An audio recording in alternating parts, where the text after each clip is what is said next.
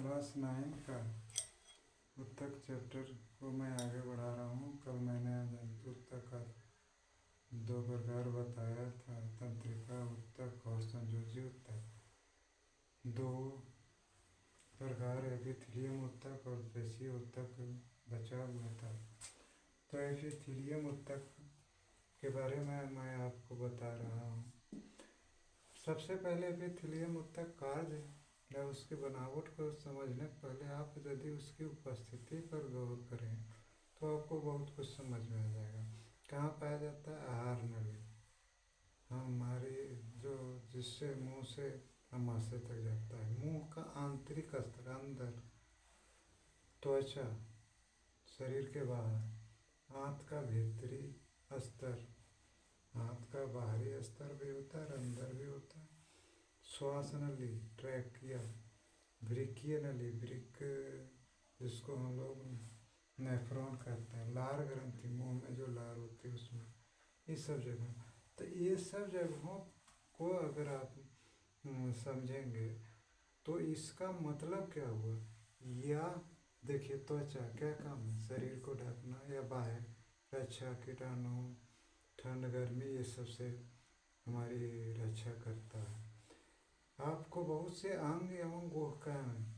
अंग का मतलब होता है छोटे, हमारा जैसे अंग, बहुत सा अंग है हमारे शरीर में, उनसे अंग तंत्र बनता है। जैसे मान लीजिए श्वसन तंत्र है तो उसमें केवल नाक ही नहीं है, श्वास नली है, फेफड़ा है, तो वो अंग जो होते हैं। और गुहकाएं, हमारे शरीर में बहुत जगह खाली जगह होता है। जैसे आप बच्छ गुहा, माने बच्छ का जो खाली जगह है, इन जगहों को वह अंदर या बाहर से एपिथेलियम उत्तक ही ढकती है। और शारीरिक तंत्र, हमारे शरीर में बहुत सा तंत्र है, जैसे पाचन तंत्र है, श्वसन तंत्र है, उत्सर्जन तंत्र है, जनन तंत्र है।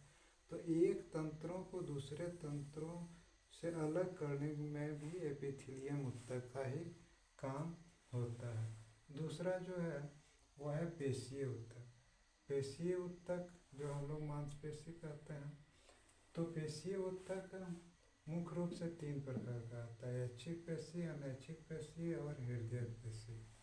ऐच्छिक पेशी मतलब हमारे शरीर में बहुत से ऐसे अंग होते हैं जो हमारे इच्छा के अधीन काम करते हैं। तो वह जिन उत्तकों से बना होता है उन्हें हम ऐच्छिक पेशी कहते हैं।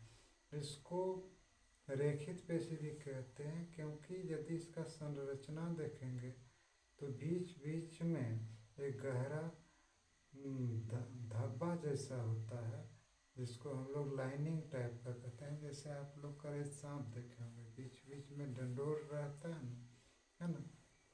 यह कैसी कोशिकाओं से बना होता है? तो लंबी होती है, देख रहे हैं, बेलनाकार होती है, कोई इसमें ब्रांच नहीं होता है और बहुनाभीय होती है, इसमें अनेक केंद्रक होते हैं।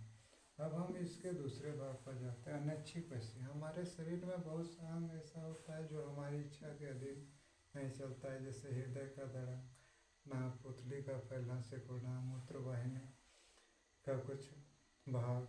तो इसको हम लोग अनैच्छिक पेशी कहते हैं, जो हमारे जिन ऊतकों से बनी होती है उसे अनैच्छिक। इसको चिकनी पेशी भी कहते हैं। समझ गए क्या कहते हैं? चिकनी। ये अरेखित है, इसमें कोई इस तरह का आपको संरचना नहीं दिखा। ये तर्कु रूप होती है। तर्कु रूप में बहुत लोग गड़बड़ाते हैं। तर्कु रूप का मतलब होता है जिसका आगे और पीछे भाग नुकीला हो, बीच का भाग चौड़ा हो, उसको हम लोग तर्कु रूप कहते हैं। तो जितने भी चिकने पेशियाँ हैं वह अनैच्छिक होती है। और तीसरा जो सबसे इम्पोर्टेंट है वो हृदय पेशी है।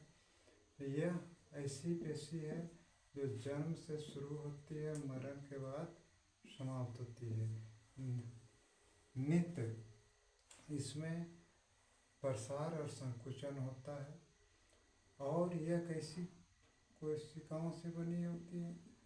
तो यह जो होती है बेलनाकार कोशिकाओं से बनी होती है, शाखा युक्त होती है, इसमें ब्रांच टाइप का निकला होता है और एक नाभीय यानी एक केंद्रकीय होती है। यह जीवन भर कभी विराम नहीं देती हुआ आदमी का खिस्सा खत्म। अब अगले वीडियो आपका अलग चैप्टर का होगा, क्योंकि उत्तक चैप्टर आपका आज समाप्त हो रहा है। अगर आप मुझे पसंद करते हैं, मेरे वीडियो से आपको कुछ समझ आई होगी तो लाइक कीजिएगा और सब्सक्राइब कीजिएगा, आपसे रिक्वेस्ट है।